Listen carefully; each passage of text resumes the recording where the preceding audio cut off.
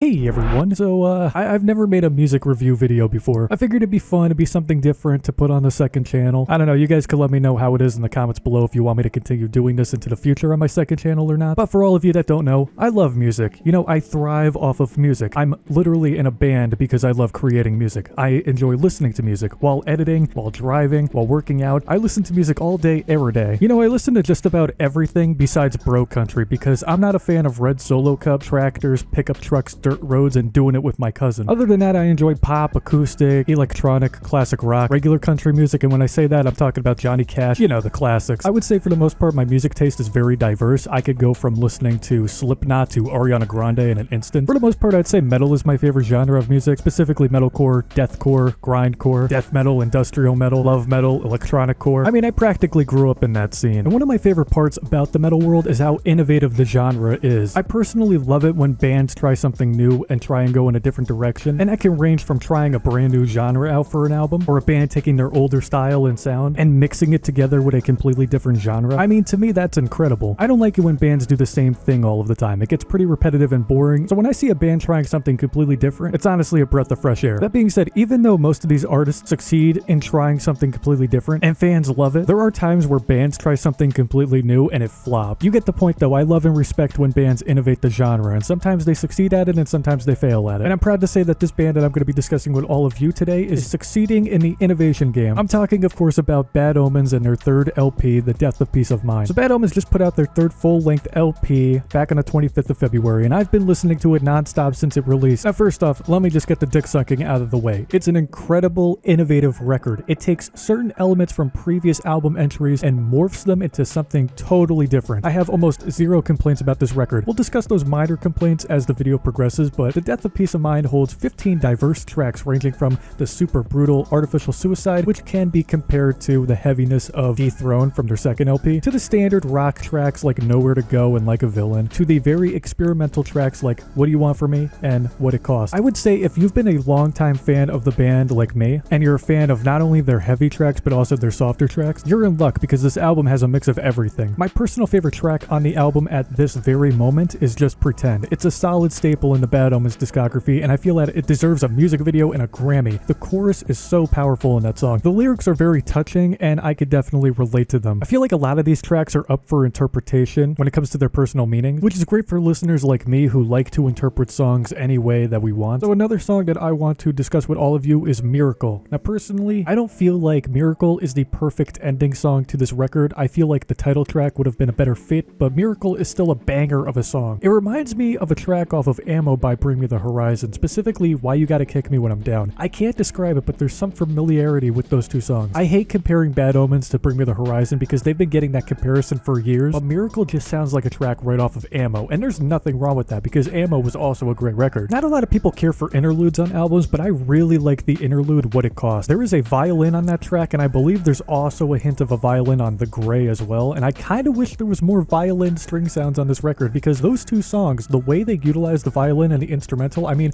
it just sounds beautiful. I definitely believe that they are going to produce an acoustic version of this album next year, and if they do, Bad Omens, please, if you're watching this, use that sound on the acoustic versions of these tracks. Get a cello, get a violin, get a viola. It would be mwah, chef's kiss. I think my least favorite track on the record is Bad Decisions. It's not a terrible song by any means. Like, I will still listen to it if it comes on my playlist, but I just don't personally vibe with the song as much as the rest of the track list. Oh my god, let's talk about the album artwork. With every Bad Omens record comes a beautiful album cover, and I feel that not a lot of people who review music touch on how beautiful the record looks. Bad Omens and Noah, the lead vocalist, are no strangers to providing a great decor for an album. The self-titled art was very exotic. Their second album was simple yet very meaningful, and their third album is exquisite as well. You can't have a great album without a beautiful piece of art, and I believe that the band knocked it out of the park with this very simple yet mesmerizing photo. Overall, Death of Peace of Mind gets an 8.5 to a 9 out of 10 for me. Great record overall. Love the sound, love the style, love the theme, love the art,